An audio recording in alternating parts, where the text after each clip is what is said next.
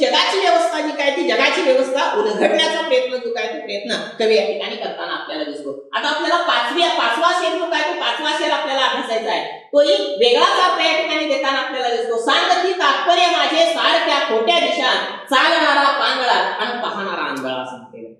काय काय म्हटलेलं आहे बघा की सांगती तात्पर्य म्हणजे कवीविषयीची असणारी भावना. सांगती तात्पर्य सांगणे कवीविषयी कोणतरी आता अशा पद्धतीने एक कल्पना केलेली आहे की सांगायला लागलेला आहे. सांगती तात्पर्य माझे सारख्या खोट्या दिशा असं म्हटलेला. कवीच्या विषयी वेगवेगळ्या पद्धतीचे गैरसमज सुद्धा अनेकदा झालेले आहेत आयुष्यामध्ये. म्हणजे कवीचं मूळ आहे असं आपण म्हणत असताना किंवा कवितेचं मूळ असं आपण म्हणत असताना मी पहिल्यांदा जो उल्लेख केला या कवीच्या संदर्भामध्ये विचार करत असता अनेक गैरसमज जे काय ते अनेक गैरसमज वाट्याला आले. जगत असताना जीवनाचा जो काय प्रवास आहे पाण्यापासून थडग्यापर्यंत हा सगळा करत असताना माझ्या वाट्याला अनेक जे गैरसमज आले ते गैरसमज सुद्धा कशा पद्धतीचे आहेत आणि ते गैरसमज सुद्धा कशा पद्धतीचे आहेत हे सांगत असताना पुढची ओळ त्यांनी सांगितलेलं आहे चालणारा पांगळा आणि पाहणारा आंधळा. कारण मला ज्यांनी समजून घेण्याचा प्रयत्न केला ती माणसं सुद्धा कशी आहेत की चालणारा पांगळा आहे म्हणजे तो माझ्यापर्यंत पोहोचलाच नाही. मला समजून घेण्याचा प्रयत्न करणारा माणूस माझ्यापर्यंत पोहोचला नाही पण तो कुणाच्या तरी माध्यमातून मला समजून घेण्याचा प्रयत्न केला आणि माझं जे व्यक्तिमत्व आहे माझं जे तात्पर्य आहे ते माझं तात्पर्य त्याच्यापर्यंत वेगळ्याच पद्धतीने पोहोचलं. तो पुढे म्हणतो की जो मला पाहतो आहे पाहण्याचा प्रयत्न करतो आहे तो सुद्धा कसा आहे की डोळच असा नाही तो आंधळा आहे आणि त्यामुळे मला वास्तव दृष्टीने त्याला जे बघायचं होतं तोही त्याने बघू शकत नाही. म्हणजे माझ्याविषयीची समाजातली झालेली जी काय प्रतिमा आहे माझ्याविषयीचं समाजातलं झालेलं जे काय तात्पर्य आहे ते या ठिकाणी वेगळ्याच पद्धतीने झालेलं आहे. कारण सगळे गैरसमज जे काय ते गैरसमज अनेक वेगवेगळ्या पद्धतीनं कवीच्या वाट्याला आलेले आपल्याला दिसून येतात. आणि म्हणतो सांगती तात्पर्य माझे सारख्या खोट्या दिशा चालणारा पांगळा आणि पाहणारा आंधळा. आणि मग हे सगळं समजून घेण्याचा प्रयत्न करत असताना काही प्रश्न जे काय ते प्रश्न निर्माण व्हायला लागतात की अशा पद्धतीनं का झालं. मी पहिल्यांदा जग समजून घेण्याचा प्रयत्न केला त्यामध्ये वेगवेगळ्या पद्धतीची माणसं मला भेटायला लागली आणि ज्यावेळी माझा सुद्धा काही माणसं मला समजून घेण्याचा प्रयत्न करायला लागली माझं तात्पर्य समजून घेण्याचा प्रयत्न करायला लागली त्यावेळी त्यांच्यापर्यंत जे काय पोहोचलेलं आहे ते वेगवेगळ्या खोट्या दिशाने पोहोचलेलं आहे असं म्हणतो.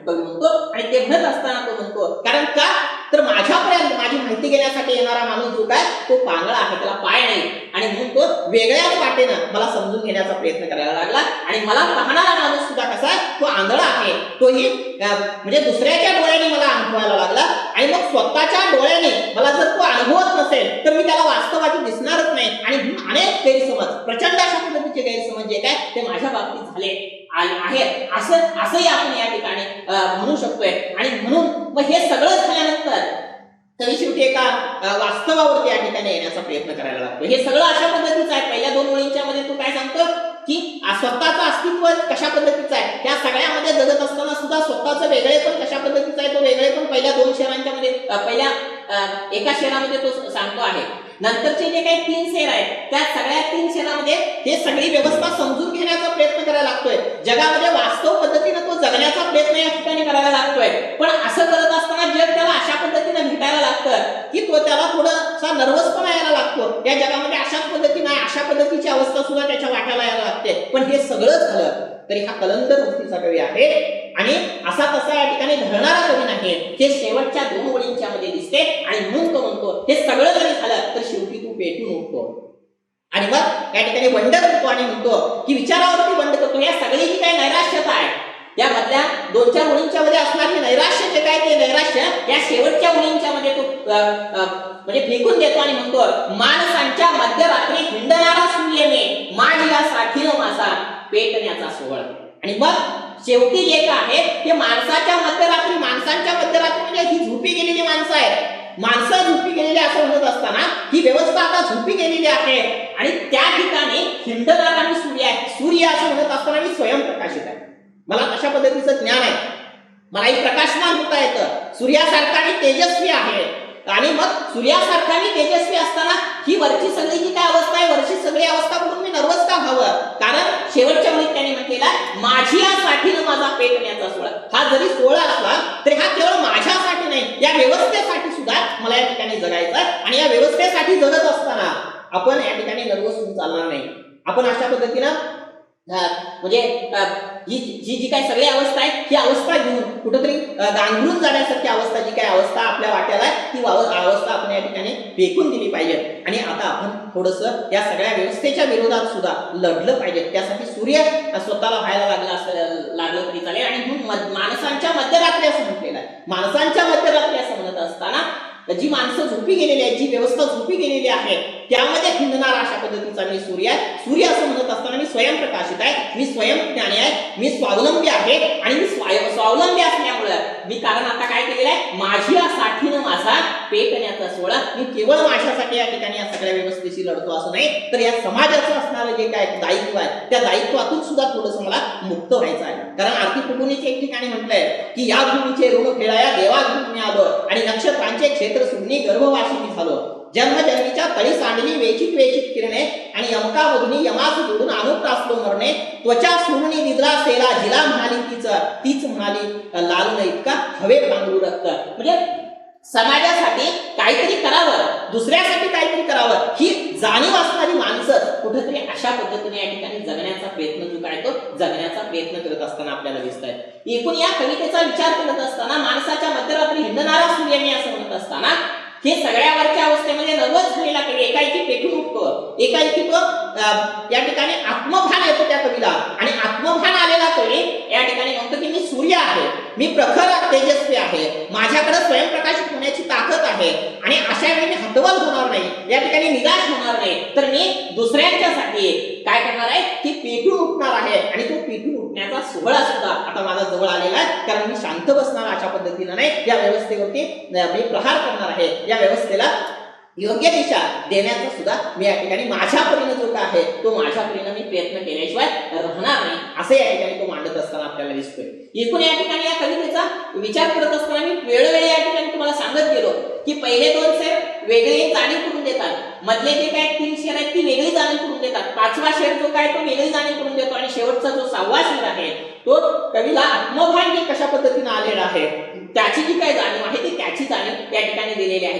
पहिल्या 2 शेरांच्या मध्ये कवीचं अस्तित्व आहे, तो सगळ्यामध्ये मिसळून सुद्धा अलिप्त राहून जगाचं कशा पद्धतीने जगाची तुलना करतो. दुसऱ्या, तिसऱ्या आणि चौथ्या या 3 शेरांच्या मध्ये हे सगळं जे काय जग आहे ते जग अनुभवण्याचा प्रयत्न करत असताना कवीच्या वाट्याला आलेली निराशा, कवीच्या वाट्याला आलेली अवहेलना, कवीच्या वाट्याला आलेली दुःख जी काय ती दुःख सगळी आपल्याला दिसतात. आणि मग शेवटी म्हणजे 5व्या शेरामध्ये तो म्हणतो की मला समजूनच कुणी असं घेतलं नाही. कवीविषयी जी समजूत आहे ती समजूतच वेगळ्या पद्धतीची झालेली आहे. कारण तिथं चालणारा कांगळा आहे, समजून घेणारा कांगळा आहे आणि पाहणारा आंधळा आहे, अशी कविता अशा पद्धतीची अवस्था कवीच्या वाट्याला आली. आणि शेवटचा जो शेर आहे तो आत्मभान आलेला कवी आपल्याला या ठिकाणी पाहायला मिळतो. आणि म्हणून आत्मभान आलेला कवी मात्र या ठिकाणी माणसाच्या मध्यरात्री हिंडणारा सूर्य अशा पद्धतीने तो म्हणतो. आणि हे जरी काही झालं तरी मी माझं अस्तित्व वेगळ्या पद्धतीनं वेगळ्या जाणीवेनं या ठिकाणी सगळ्यांच्या समोर मांडल्याशिवाय राहणार नाही. कारण मी या कलंदर रोखीच अशा पद्धतीचा कवी आहे. मी अशा पद्धतीची माझी जी काही अवस्था आहे ती अशा वेगळ्या पद्धतीची अवस्था आहे आणि त्या वेगळ्या अवस्थेमध्ये मी निराश होणार नाही. कारण या जगाचं अलिप्ततेनं मी दर्शन घेतलेलं आहे, जग हे मी अलिप्तपणानं मी निहाळलेलं आहे. आणि अशा अवस्थेमध्ये जरी मला वेगवेगळ्या पद्धतीची माणसं भेटली असली, दुःख भेटले असले, आणि काय झालं असेल, आणि काय झाले असेल, माझ्याविषयी गैरसमजूत झाले असले, तरी शेवटी माणसांच्या मध्यरात्री सर्व व्यवस्था झोपी गेलेली असताना त्याला प्रकाशित करण्याची ताकद, सूर्य म्हणून प्रकाशित करण्याची ताकद ही माझ्या अंगामध्ये आहे असं या ठिकाणी कवीनं या शेवटच्या ओळींच्या मध्ये मांडलेलं आपल्याला दिसून येत आहे. एकूणच या 6 शेर जे काय आहेत ते 6 शेर आपण अभ्यासत असताना प्रत्येक शेर एक वेगळी जाणीव करून देत असला तरी अखंड कविता अभ्यासत असताना एकमेकाशी असणारा संबंध जो का आहे तो संबंध आपण जोडला पाहिजे. आणि ही कवी तरच आपल्याला ही खऱ्या अर्थानं रचना समजणार आहे, ती खऱ्या अर्थानं ही रचना आपण समजून घेणार आहोत. आणि ती समजून माझ्यापर्यंत समजून घेण्याचा प्रयत्न जो आहे तो प्रयत्न या गझलेच्या माध्यमातून झालेला आहे. यानंतर आपण थोडक्यात फक्त काय करूयात की स्वाध्याय जो काय आहे तो स्वाध्याय कशा पद्धतीचा आहे याच्यावरती फक्त आपण चर्चा न करता फक्त तो स्वाध्याय आपण बघत पुढे जाऊयात. त्याच्यावरती ज्या काय अडचणी असतील त्या अडचणी मात्र काय करा की तुम्ही व्हॉट्सअप ग्रुपवरती तुम्ही कळवलात तरी चालतंय. आणि त्याच्या माध्यमातून जी एखादी तुम्हाला काय अडचण असेल ती अडचण तुम्ही त्या पद्धतीनं विचारू शकताय. एवढंच नाही तर या कवितेमधल्या आणखीन कोणत्या ओळी जर असतील आणि त्या ओळींचं जर स्पष्टीकरण द्यायचं असेल ज्यावर तुम्हाला पुन्हा स्पष्टीकरण ऐकावं असं वाटत असेल तर व्हॉट्सअप ग्रुपच्या माध्यमातून तुम्ही माझ्याशी बोलू शकताय आणि त्याच्या माध्यमातून तुमच्या शंकांचं निरसन जे काय ते निरसन या ठिकाणी आपण करू शकतोय।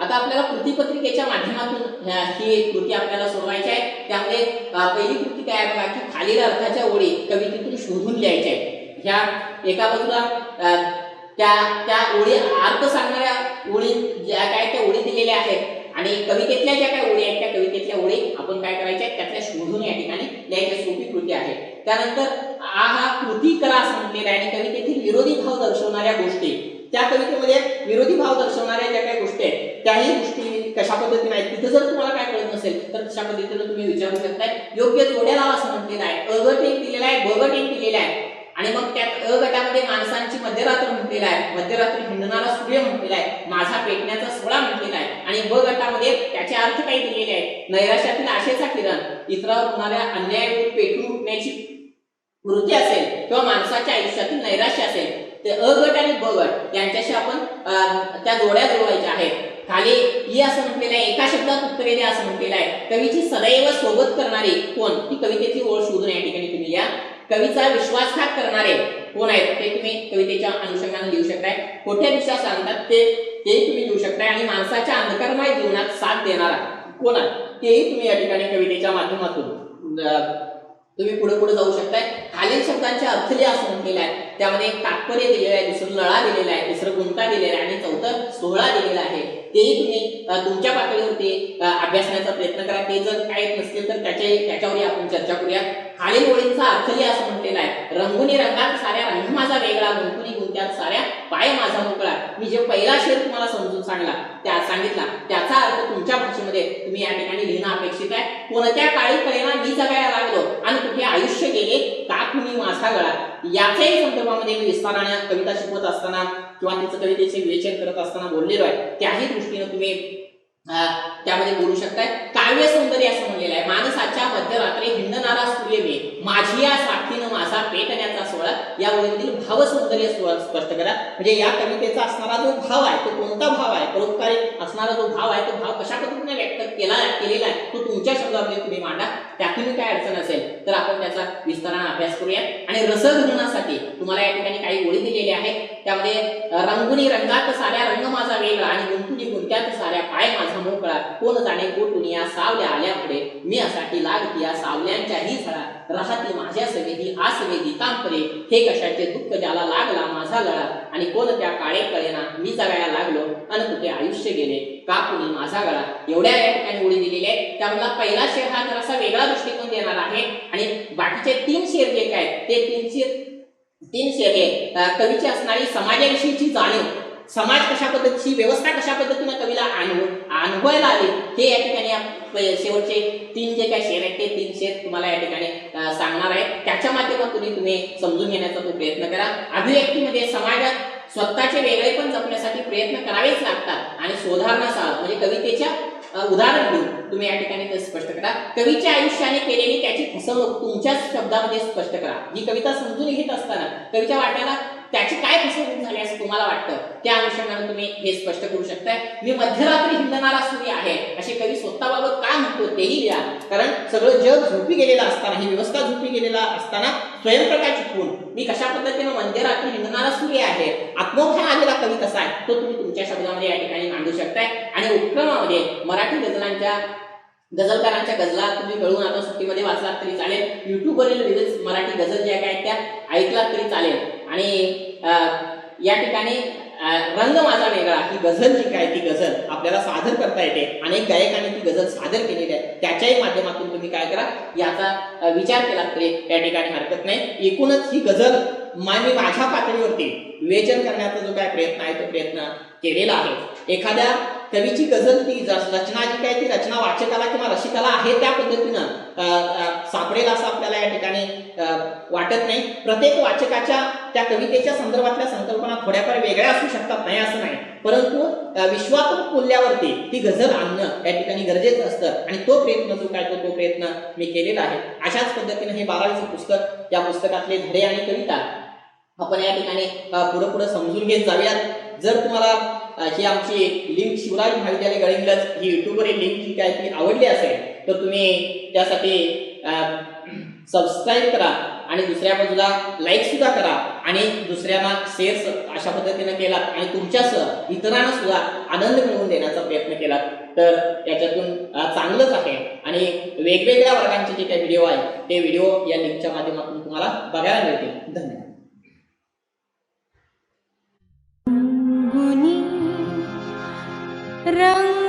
रंगात सारा रंग माझा वेगळा रंगुनी रंगात सारा रंग माझा वेगळा गुंतुनी गुंत्यात सारा पाय माझा मोकळा रंग माझा वेगळा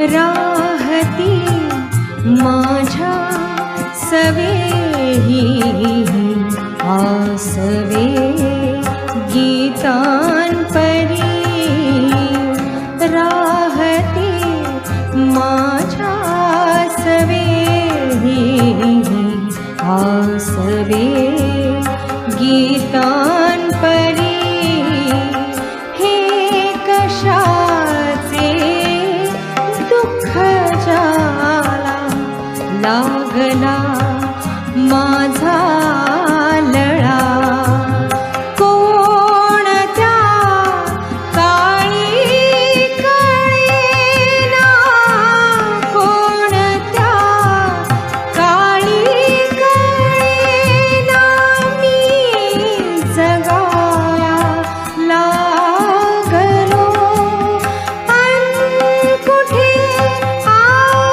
आयुष्य गेले अन कुठे आयुष्य गेले कापुनी माझा गळा रंगुनी रंगात सारा रंग माझा वेगळा